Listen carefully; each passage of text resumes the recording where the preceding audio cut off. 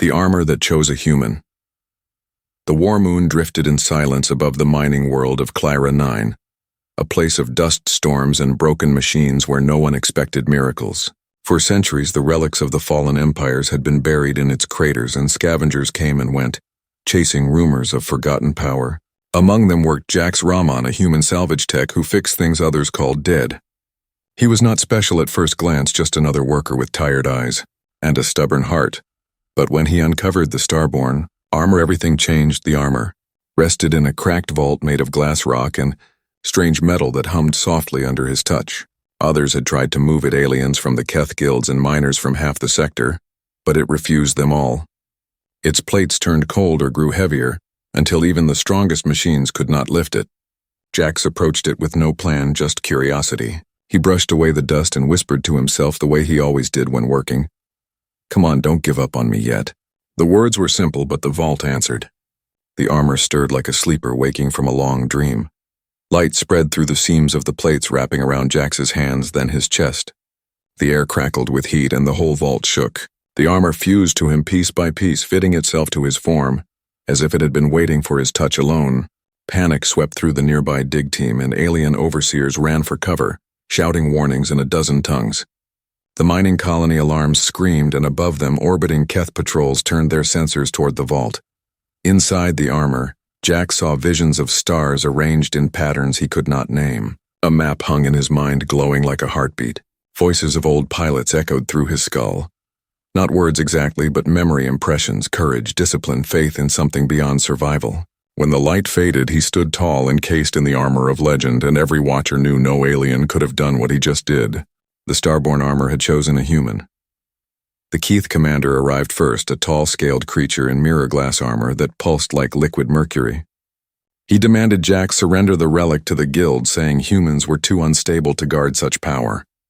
Jax did not answer at first because the armor whispered strategies in his ear, measuring every motion around him.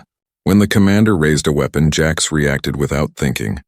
Energy flared from his hands, forming a shield that turned the first blast aside and scattered molten shards through the vault. The second shot hit harder, but the armor absorbed it with a shimmer of blue light that left the air smelling like ozone and burned dust. Miners screamed and fled, but Jax stayed. He aimed his hand at a collapsed tunnel where trapped workers were crying for help, and the armor responded by unfolding a shield wall that held the ceiling up. His body trembled under the strain, yet he refused to stop until the last miner crawled free. When he finally stumbled forward, the armor cooled and loosened as if satisfied. The Keth commander watched, stunned, then retreated, calling for reinforcements. Word spread faster than ships could travel. Across the sector, the tale repeated: a human has awakened the Starborn armor. To the aliens, it was heresy. To the broken human colonies, it was hope. Jax did not know what destiny meant, but he knew running was smarter than fighting a full guild army. He grabbed what fuel and food he could and climbed into an old scrap hauler patched with welded plates and humming engines. Beside him came Lena Park, the pilot who had seen the vault collapse and refused to leave without him, and Tavi, a young alien mechanic who whispered that maybe humans really were touched by stars. They launched through the dust storms while Keth patrol ships dropped from orbit, firing tracking pulses that lit the sky. Jax felt the armor come alive again, guiding his hands over controls, whispering angles and escape vectors. He twisted the hauler between plasma bursts and used abandoned drones as decoys, making it look like the ship shattered while they vanished into the dark between moons. When they finally broke free of the pursuit, Jax stood in the cockpit, breathing hard and staring at the faint outline of stars ahead. The armor glowed softly at his chest, forming the same star map he had seen before. Lena looked at him and said quietly, "That thing chose you, didn't it?" Jax nodded uncertainly, feeling both fear and wonder. He did not know what the map meant or why the armor had waited for a human touch, but he understood one thing. Whatever this armor was, whatever promise it held, it was not just his burden. It belonged to every human who still dreamed of standing free under their own sky. Voices inside the steel. The hauler drifted between stars, its patched hull creaking with every shift of pressure, while inside, Jax Rahman sat silent in the pilot chair, staring at the armor that still glowed faintly against his skin. The light had dimmed since the escape from Clyra 9, but it never went out completely. Instead, it pulsed like a slow heartbeat, as if the armor was alive and thinking. Lena Park watched him from the co-pilot seat, her sharp eyes flicking between readouts and Jax himself as though she half expected him to explode or vanish. She had flown through storms and skirmishes, but nothing had ever unsettled her like that armor whispering in a human voice she could not hear. Behind them, the engine bay rattled under the hands of Tavi, the young alien mechanic who muttered about power, drains, and strange readings. Tavi's skin shimmered faint blue under the ship lights and his crest twitched every time the armor pulsed. He said he could feel it in the metal like the heartbeat of something huge sleeping under their feet. Jax did not answer him at first because he was hearing something no one else could. It was not speech exactly, more like memories playing through his thoughts. He saw flashes of other humans, men and women, wearing the same armor, training under suns that no longer existed, speaking words of courage and purpose. They called themselves Starborn, defenders of humanity's right to exist among the stars. The visions left him breathless, and when they faded, he found his hands trembling. Lena finally broke the silence, saying, "The armor is guiding you, isn't it?" And Jax admitted that it was showing him places he had never seen. He described a star map with coordinates scattered across the void and one point brighter than all the rest. Lena compared it with old navigation charts and found that the brightest point lay near the ruins of Sol's outer edge, where old Earth relics still drifted. She said, "Maybe that is where the Starborn came from. Maybe that is what it wants us to find." Tavi grinned and said, "Then we go there," but Jax hesitated. The armor was not just a tool, it had will of its own, and it demanded energy more than the hauler could spare. Every hour it drained their reserves just to keep its systems alive. Old Havel, the medic who had patched miners for decades, joined them from the bunk section, his hands still steady despite age. He had seen human wars and alien treaties rise and crumble, and he warned them that power like this always draws predators.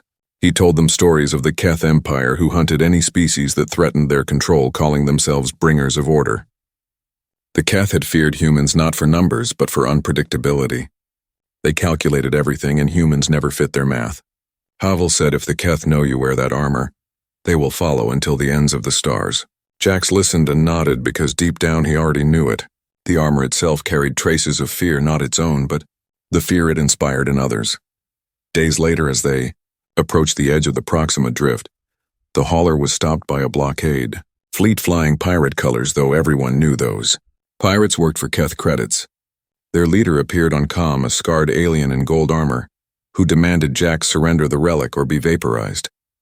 Jax's stomach turned cold, but the armor began to hum around him, and the whispers returned, guiding his heartbeat, slowing his fear. Lena muttered that they could not outgun a fleet, but Jax said softly, "Maybe we don't need to." He stepped into the airlock and opened the hatch to the void. The armor sealed itself tight and projected a faint field around him. He floated forward toward the pirate flagship like a figure made of starlight. The pirates fired warning shots that burned around him, yet none struck home. The armor's energy deflected each burst with curved ripples that twisted light itself. Jax felt power rush through his arms, and the whispers merged into a single thought: courage is control. He raised his hand and released a wave of force that shook the pirate ship without tearing it apart. The crew panicked, thinking they faced a weapon they could not measure. When he spoke, his voice carried through every channel, telling them to leave or face the weight of their own fear. The pirates fled, their engines flaring as they jumped out, leaving the path open, but the victory cost him. When he returned to the hauler, the armor went silent and dark. Its surface cooled and would not respond even to his voice. Tavi scanned the systems and said it had shut down to protect its core from overload. Jax sat down, feeling hollow, because for the first time since it had bonded to him, he felt alone again. Lena placed a hand on his shoulder and said, "It is just sleeping, you both need rest." Havel nodded and said, "Sometimes even miracles must breathe." Outside the viewport, stars stretched endless and cold. Yet somewhere out there the map still waited, calling them toward the ruins of Sol and the truth behind the Starborn armor. Graveyard of Suns, the journey to Sol's outer ruins carried the hauler and its fragile fleet through vast stretches of empty space where stars seemed distant and cold. Broken satellites and derelict ships drifted like ghosts of a time when humanity had ruled more than a few scattered colonies. Jax Rahman sat in the command bay of the hauler, feeling the Starborn armor hum faintly against his skin. It pulsed with light and whispered guidance memories of those who had worn it before him, weaving courage into his mind. Lena. Park monitored the navigation panels, her eyes scanning for debris and hidden threats, while Tavi worked in engineering, adjusting power flows and rerouting shields to keep the armor from draining the ship's core. Old Havel moved between decks quietly steadying the young crew who had never seen a true battle but who now followed their captain. With trust born of necessity, as they passed through the debris field, the hauler's sensors detected a massive, derelict museum ship half buried in an asteroid cluster. Its surface was scarred by centuries of neglect and battle, but inside it held relics of humanity's past and perhaps secrets of the Starborn legacy. The crew debated whether to investigate, but the armor projected a faint map guiding Jax's thoughts. He felt the pull of destiny in the way the ship hovered in silence, and convinced the crew to board the vessel. Tavi led the way through the airlock, pointing out damaged conduits and weakened bulkheads, while Lena coordinated communications so they could call for backup if necessary. The armor pulsed warmer as Jax moved deeper into the ship, whispering tactics and pointing out hidden dangers. Inside the museum ship, the corridors were empty but alive with echoes of the past. Holographic displays flickered and displayed, battles and star maps no longer relevant but full of knowledge. The Starborn armor responded to each memory, projecting faint lights that revealed safe paths and hidden systems that could be restored. Jax felt a connection to those who had come before him, seeing flashes of other Starborn who had trained, failed, and learned courage in moments of desperation. Each pulse of the armor was a heartbeat of humanity, stretching across generations, teaching him that bravery was not inherited but earned in the choices one made in the void. As they reached the inner chambers of the vessel, the crew discovered a sealed cryovault containing civilians, preserved in suspended animation. The Starborn armor pulsed with warning that powering up the seed core they sought would interfere with the life support systems holding the prisoners alive. Jax felt the weight of responsibility pressing against his mind and body. He could not sacrifice innocent lives to accelerate their mission. He ordered the crew to redirect all energy to stabilize the cryopods and began calculations for a delayed activation of the core that would preserve the lives of the trapped humans. The armor responded approvingly, its light steady and calm, reinforcing the decision that humanity's purpose was to protect rather than dominate. Suddenly, the sensors picked up Keth drones slipping through the gaps in the derelict ship's hull like spiders stalking their prey. Lena called out warning, and the crew took defensive positions. Tavi rerouted power to defensive emitters, while Havel prepared emergency medical stations. Jax moved through the corridors with the armor guiding his balance and strength, every motion precise yet fluid. The drones attacked, but the crew countered with improvised weapons and shield pulses from the armor. The battle was chaotic and relentless, yet the Starborn oath flowed through their movements, and the Keth were unable to predict the human improvisation that turned desperation into strategy. After the drones were repelled, the crew worked tirelessly to evacuate the cryo, survivors connecting them to emergency life support aboard the hauler. Each rescued human added weight to their mission but also renewed purpose. Messages from other hidden human settlements began to arrive as the seed core powered up, transmitting a wake signal across space. Humanity was stirring again, calling to those who had survived in secret, waiting for leadership and hope. Jax felt the armor's warmth spread across his body, a quiet acknowledgement that the first step toward revival had been taken and that the legacy of the Starborn had begun once more. The crew gathered on the observation deck watching. The freed civilians flowed in the haulers, artificial gravity safe at last. Outside, the wreckage of Sol's outer ring glimmered like a graveyard of suns, broken yet beautiful. The Starborn armor hummed softly, reassuring Jax that their choice to protect life over speed had been right. The rescued humans whispered stories of lost colonies and hidden caches of supplies and star charts. Each story strengthened the resolve of the crew, knowing that the battle for humanity's survival was not yet complete, but that they had turned the first corner. They were no longer scattered, they were becoming a force. Humanity had survived the void, and the armor had chosen not only one human but had awakened the courage and hope of many, allies of the broken. Constellation.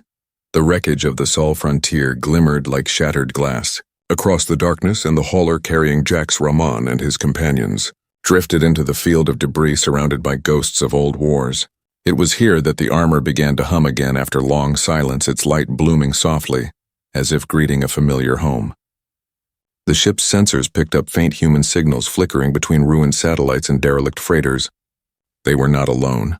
Survivors and wanderers from the outer colonies had followed the armor's broadcast, drawn by hope that someone had finally awakened what no alien could wear. Within days, ships of every shape and patchwork design converged until the void felt alive again. The humans called themselves captains of the broken constellation. Jack stepped out onto a hollow platform floating above the shattered remains of an orbital dock and faced the gathered fleet leaders. Some eyed him with awe, others with suspicion. They had lost too much to trust easily. One voice rose from the crowd, an old woman named Captain Dre, who had once fought under Earth's banner before the Keth burned the skies. She asked what made him think one man could lead when so many had failed. Jax answered quietly that he did not want to lead, he only wanted humans to stop dying alone. The armor pulsed faintly as if agreeing, and the crowd fell into thoughtful silence. It was then that a new vessel approached, sleek and dark, its hull lined with pale blue light. From it emerged a figure unlike any human, tall and lean with glassy skin that shimmered like water. It was a Thren scout named Ralton, and his kind had once traded knowledge with humans before the Keth turned them against each other. He spoke through a translator, saying he came not as spy but as witness that the Keth feared the return of the Starborn. Jax looked into those mirrored eyes and saw no deceit, only exhaustion. Ralton offered intelligence on the Keth fleet patterns in exchange for alliance and perhaps redemption for his people. The humans debated long and bitterly. Some demanded they reject alien help, believing betrayal inevitable. But Lena Park, the pilot who had flown through every danger, stood beside Jax and said, "Survival never comes from purity. It comes from courage." The Thren had been slaves to Keth logic long enough. They too wanted freedom. Slowly, the tension eased and hands were shaken, though uneasily. Jax shared the star map the armor had shown him, revealing routes through dead systems toward the Keth production gates. Together, they began to plan how to strike back. During the following days, the broken fleet turned its wrecked ships into a fighting force. Havel worked in the medical bay training volunteers, while Tavi and the Thren engineers installed strange stealth fields that bent light like flowing water. The armor served as their core interface, linking systems through shared thought waves. Jax learned he could let others touch its energy without losing control as long as they meant no harm. Lena joked that the armor liked teamwork more than glory, and Jax smiled, though he still felt its heavy purpose pressing against his mind. The Thren revealed an ancient fear of the armor. Their records told of its failsafe built long ago to judge its wearer. Should the one who carried it seek conquest, the armor would turn cold and silent in battle, locking itself to prevent the rise of a tyrant. Jax listened and wondered if he was worthy of such trust. He spent long nights staring at the map, imagining all those who had come before him. He whispered to the armor that he did not want to rule anyone, only to see humanity stand without chains. The armor answered with warmth, and for the first time he felt it was not a weapon, but a partner. Their preparations ended when Ralton intercepted a transmission from the Keith Archon himself. The Archon had run new prediction models and calculated where humanity's hope would gather. A massive fleet was moving toward Proxima Gate to crush them before their rebellion could grow. The news spread through the fleet like fire, and fear threatened to return, but Jax called for an oath circle aboard the largest ship. There, among broken hulls and flickering lights, he spoke simply, no promises of victory, only of choice. We fight not to rule, but to finish what began with one touch in a dusty vault. We fight because no algorithm can predict a free mind. One by one, the captains raised their hands, repeating his words until the fleet echoed with a single vow. The armor brightened until it filled the chamber with silver light, and for a heartbeat, everyone felt connected by something larger than themselves. When the glow faded, the fleet engines roared to life. Their new ally, Ralton, stood beside Jax, watching as the ships formed into battle lines that no computer could predict. Humanity had found its allies among the broken stars, and the war for the future had begun. The Unpattern. The human fleet drifted through the dark near Proxima Gate, silent and cold, running without lights or engines, as they waited for the Keth to take the bait. Around them, the stars shone sharp and distant, but no one on the ships felt calm. Each vessel carried people who had lost everything to the Keth order, and now they carried the hope of all who had been scattered among the broken worlds. Jax Rahman stood in the command bay of the hauler, now rebuilt into a battle carrier, and he could feel the armor alive on his skin, whispering streams of data through his nerves. It was no longer just metal around him, but a living guide translating thoughts into motion. The armor pulsed in rhythm with the fleet, as if sensing the minds of every human captain, ready for what was to come. He had spent weeks teaching them what he called the Unpattern, the way to fight without rhythm or repeat, no formation, no rule, only intent and trust. The armor had shown him how to think beyond command charts, and he passed that to his captains, telling them to act like fire, not like stone. Each ship would move based on what they felt, not what they were told, because machines could not predict human feeling. It was dangerous and messy, but it was the only way to beat the Keth, who relied on perfect calculation. Lena Park managed the control network, her fingers flying across old panels connecting the unpatterned pulse between vessels. She said softly to Jax that what they were doing was madness, but beautiful madness. Tavi worked deep in the engineering core, welding new fuel lines beside Thren engineers who clicked in approval. Ralton, the Thren scout who had chosen their side, monitored Keth channels and warned that the prediction fleet was moving faster than expected. Old Havel moved between decks, steadying young crew members, with calm words and soft laughter reminding them that fear was proof of life, not weakness. As they drifted closer to the gate, Jax called a meeting across all ship channels. He appeared as a hologram, wearing the armor that now shimmered like living light, and spoke in a low voice so that everyone could hear but not mistake his meaning. The Keth believe we will move as they expect, but we are not numbers, we are not logic, we are not silence, we are human. We will not repeat, we will not hesitate, we will trust each other. When the signal comes, fight like, you mean it, fight like the stars are watching. His voice ended and the channels went quiet, but that quiet was full of power. The plan began with feints along 3 separate lanes that lured the Keth forward. Their sleek ships moved in elegant precision, their targeting arrays locking onto false human signatures. The humans fought back with chaos. A small scout ship named the Sparrow looped behind the first Keth formation and released swarms of reflective drones that scattered beams of light across the dark, confusing sensors. Another crew used stolen Keth codes to broadcast phantom distress calls, pulling enemy ships into ambushes hidden among debris. Each human move broke patterns faster than the Keth could model them. The armor guided Jax through every turn, every flicker of energy, reading his intention before he gave the order. But the Keth had learned from their past losses. The Archon commanding them had begun studying human compassion, using it as a weapon. In the middle of the battle, a signal came through showing captured refugees from the outer colonies, chained in orbit near the Keth command cruiser. The Archon's message rang cold across all channels: surrender the armor and these will live, refuse and they die. Jax froze for one long breath, feeling the weight of every life that depended on his choice. The armor pulsed painfully against his chest, showing him images of the refugees, their faces tired but unbroken. Lena's voice came through saying, "We cannot outgun them. If we stop now, we lose everything." But Jax could not walk away from people in chains. He turned to Havel and asked what would happen if they split the fleet, and Havel simply said, "We would bleed, but maybe we would live." So Jax ordered at half the fleet to continue the assault, half to move on the rescue. He took his own ship, the smallest and weakest, into the center of the trap as bait. Lena protested, but he said quietly, "Leadership means you bleed first." She understood then and only nodded before taking command of the other wing.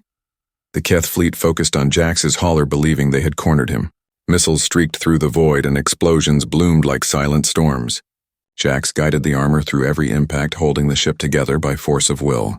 Inside his mind, the whispers of past Starborn blended into one chorus, reminding him of every human who had ever refused to bow.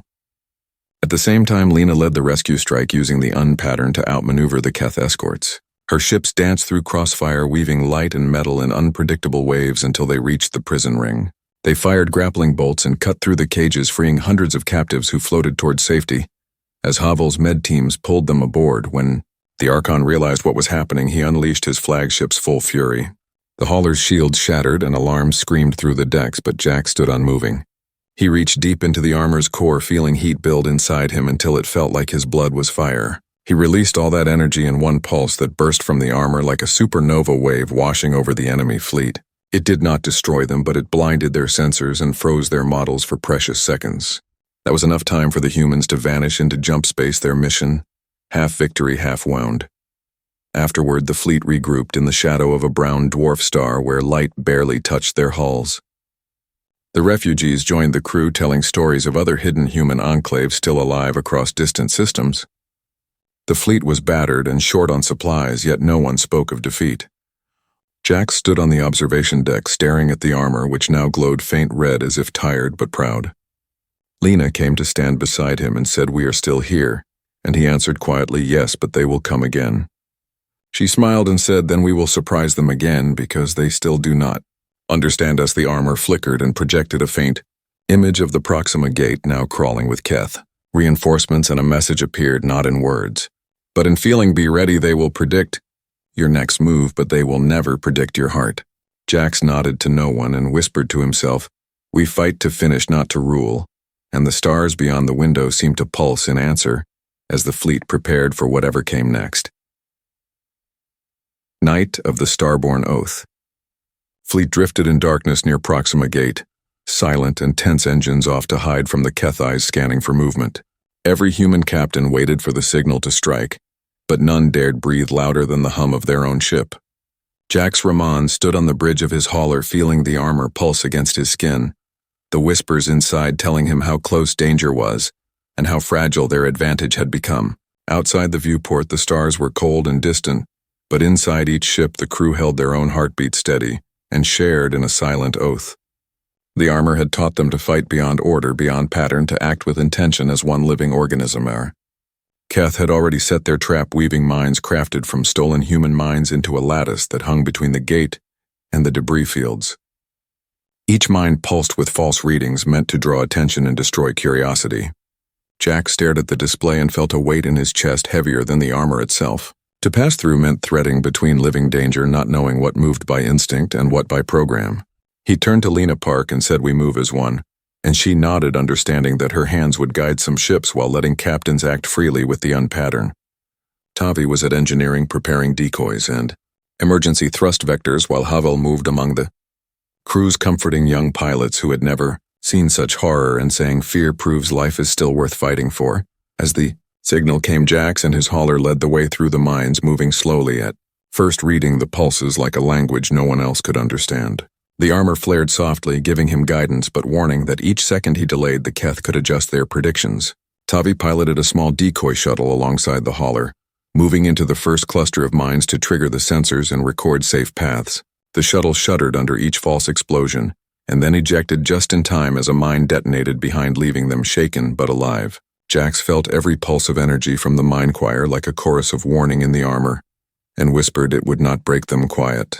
Moments came briefly when Havel and Lena recorded letters and messages for families lost, or for those too young to remember the human worlds before the Keth conquest. Even in the tension there was a thread of hope and warmth. Jax saw visions from the armor showing past Starborn who had worn it and failed yet risen again, reminding him that courage was measured in persistence, not perfection. He whispered to the armor, I am ready, and it responded, with a pulse that made him feel not alone but part of something larger than anyone life. When they reached the core of the minefield, the armor warned that fatigue was reaching dangerous levels and would shut down unless Jax shared command. He nodded and placed Lena beside him, giving her access to the unpatterned fully for the first time. She felt the rhythm of the fleet and its intentions flowing through her hands, and began to guide ships in unpredictable arcs that the Keth had no model to predict. Each move broke the expected patterns, confusing enemy targeting and creating fleeting windows for rescue and assault. Simultaneously, the fleet became a living organism, moving as fire across the Black Tavi shuttle traced the safest corridors, and Havel coordinated mid-teams to recover the wounded and terrified refugees still trapped in their ships. Jax guided the hauler through sudden bursts of debris and Keth fire, moving instinctively with the armor. In moments of calm, he whispered to Lena, remember the Starborn Oath, fight to finish, not to rule, and she repeated it across channels so that every human ship carried it as a heartbeat in the void.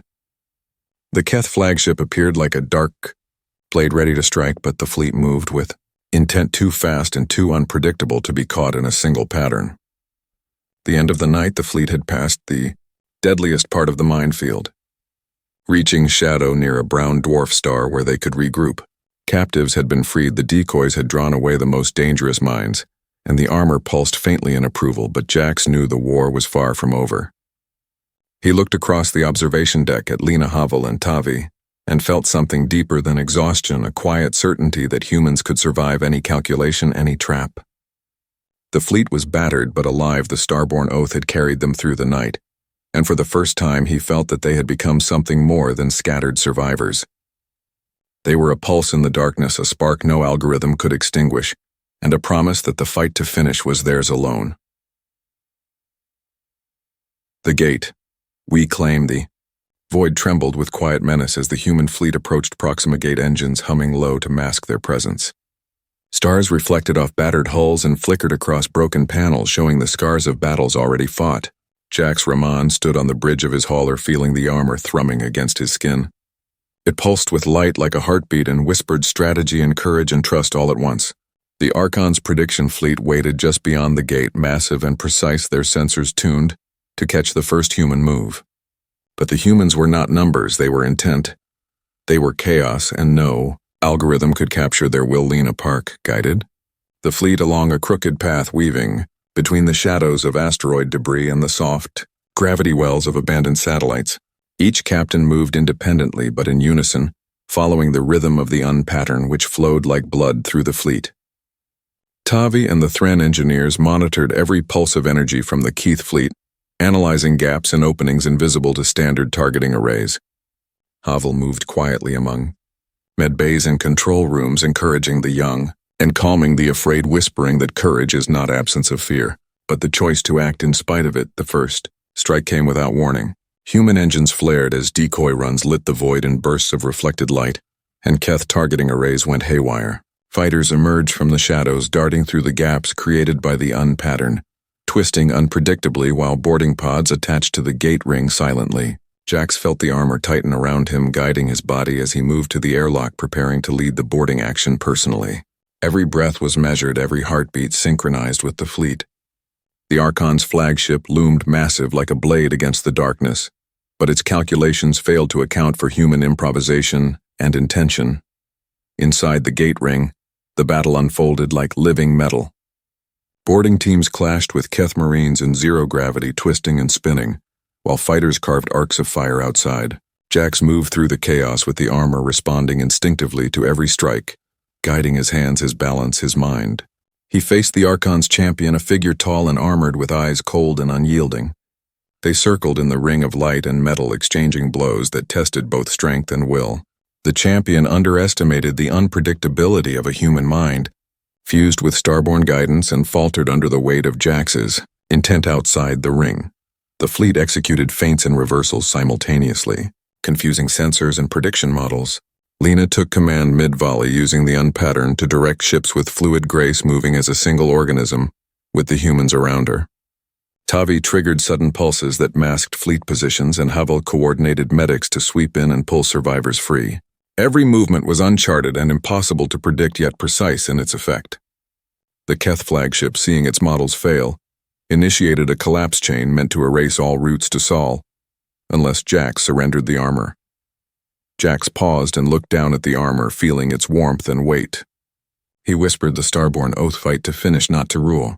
He would not kneel to fear.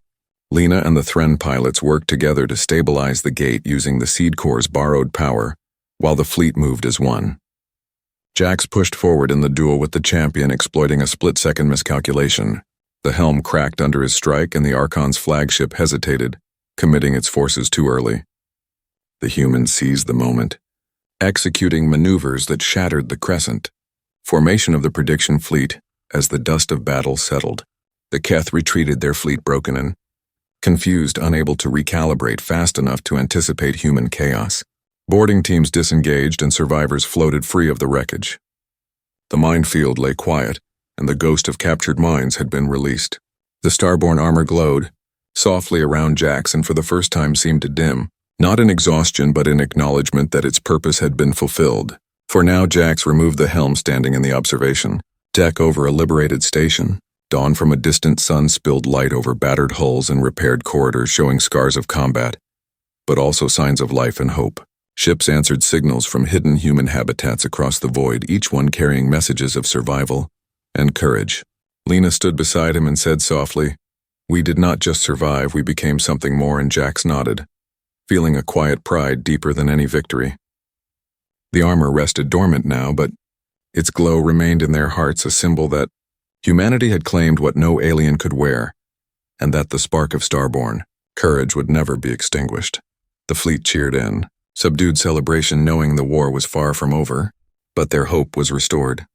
Jax looked at the horizon of space and whispered to himself and to all who would listen, "We fight to finish, not to rule." And the stars seemed to pulse in answer. Humanity had won a day, a battle, and a promise, but most importantly, they had claimed their freedom and the right to write their own story among the stars. The gate was theirs, and the broken constellation would never fall again. The dawn of humanity. Stars stretched endless and alive beyond the viewport as the human fleet gathered around the liberated station, their hulls scarred but shining with the light of a new hope. Jax Rahman stood at the edge of the observation deck, the starborn armor resting quietly against his skin, no longer pulsing with urgent guidance but warm and steady like a heartbeat at rest. The fleet had survived impossible calculations and predictions the Keth had relied upon for centuries, yet the humans had moved with chaos and intent beyond understanding. Every captain, pilot, and engineer knew in their bones that they had done what no one thought possible, and the universe seemed to hold its breath in recognition. Lina Park moved beside. Jax, her hands on the rail, her eyes scanning the distant stars. She said softly that it feels different. Now not like victory alone, but like possibility. And Jax nodded, understanding that every freed ship, every rescued life, and every decision they had made had stitched a new pattern across the void. Tavi, the young Thren mechanic, laughed quietly, seeing the repaired ships hum in formation, ready for exploration and defense alike. Old Havel walked among the crew, offering quiet congratulations and stories of past human resilience, and everyone listened, remembering that survival had always demanded courage. The Starborn armor had chosen Jax, but in truth it had chosen all of them. Its whispers had guided them through battles, through fear, through doubt. And now it rested as a quiet reminder that humanity's strength lay not in perfect machines or endless numbers, but in improvisation, in empathy, and in the unyielding drive to survive. Signals from hidden human colonies began arriving one by one across the dark spaceships, turning toward the station, offering fuel, information, and the promise of alliance. Humanity was no longer scattered. It was becoming a constellation connected by trust and courage.